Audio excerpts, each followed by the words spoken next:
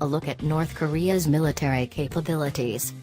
Seoul, South Korea. North Korea's military, founded 81 years ago Thursday, is older than the country itself.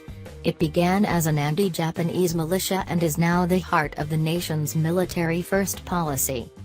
Late leader Kim Jong-il elevated the military's role during his 17-year rule. South Korea estimates he boosted troop levels to 1.2 million soldiers. The military's new supreme commander, Kim Jong-un, gave the Korean People's Army a sharpened focus this year by instructing troops to build a nuclear arms force. Yet the army is believed to be running on outdated equipment and short supplies. The secretive army divulges few details about its operations, but here is an assessment from foreign experts of its strengths and weaknesses. Artillery. North Korea provided a chilling reminder of what its artillery is capable of when it showered a front-line South Korean island with shells, killing 4 people in November 2010 and underscoring the threat that its artillery troops pose at the disputed sea border.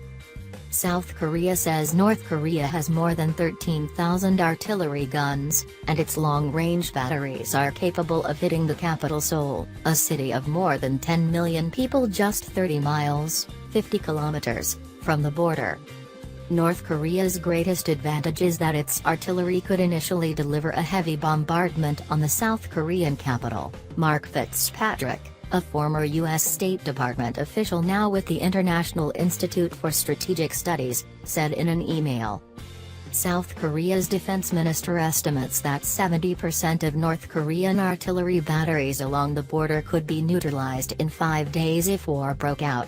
But Son Young-woo, a professor at the Graduate School of National Defense Strategy of Hanam University in South Korea, said that would be too late to prevent millions of civilian casualties and avert a disastrous blow to Asia's fourth-largest economy.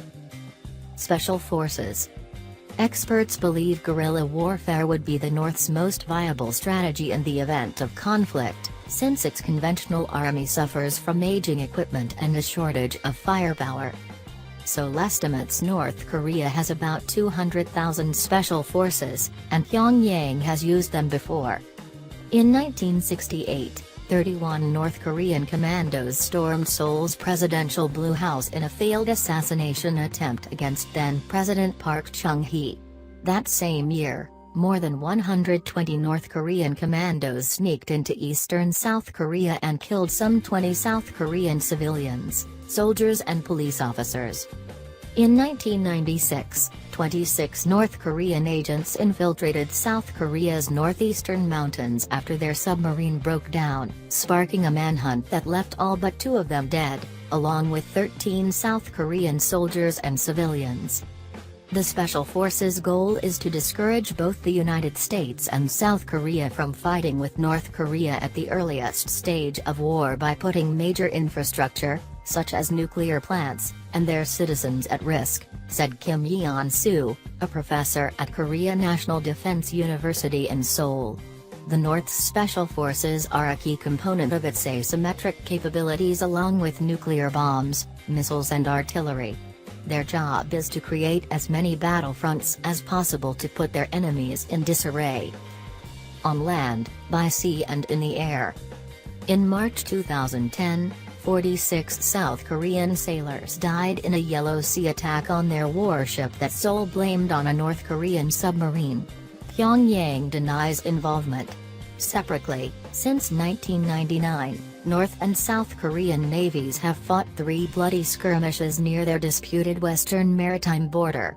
Experts say those battles show while the South has an edge in naval firepower and technology, the North relies on the element of surprise. North Korea has 70 submarines while South Korea has 10, according to Seoul's defense ministry. The most menacing threats from the North's Navy are small submarines that would deposit commando raiders along the South Korean coast, said John Pike, head of the globalsecurity.org think tank. North Korea also has 820 warplanes, more than South Korea, though Seoul is backed up by American air power. The South says most of the North's aircraft are obsolete. North Korea also suffers chronic fuel shortages that have forced its air force to cut sorties, experts say. North Korea would not be able to prosecute a full-fledged war for very long, Fitzpatrick said. Its biggest problem is that North Korea would quickly lose control of the skies because of the vastly superior South Korean and U.S. air forces. The reported number of North Korean aircraft is meaningless, because many of them cannot fly, and North Korean pilots have little training in the air. The U.S. stations 28,500 U.S. troops in South Korea and has recently flown nuclear-capable stealth E-2 bombers and F-22 fighter jets during joint drills in a show of force aimed at deterring North Korea. Logistics and supplies are another issue. Heavy equipment deployed by naval and air forces requires extensive repairs, especially on rugged terrain like the Korean peninsula.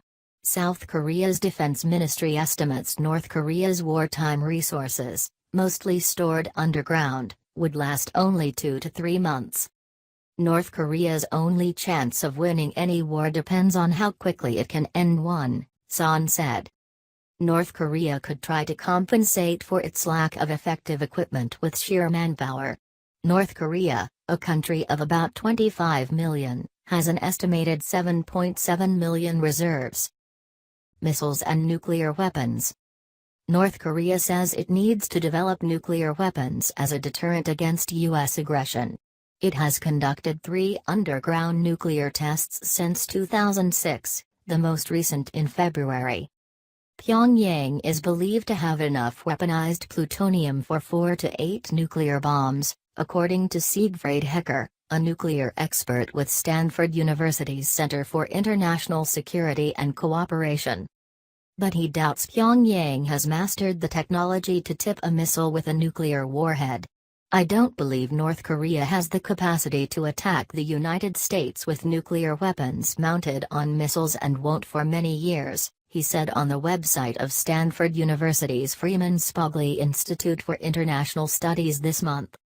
Bruce Bennett, a Rand Corporation expert, said earlier this month that it's very unlikely the North has a nuclear missile capable of hitting the U.S., but said there is a reasonable chance that Pyongyang has short-range nuclear missile capability. Chemical and biological weapons. North Korea denies it runs any chemical and biological weapons programs. South Korea claims that Pyongyang has up to 5,000 tons of chemical weapons.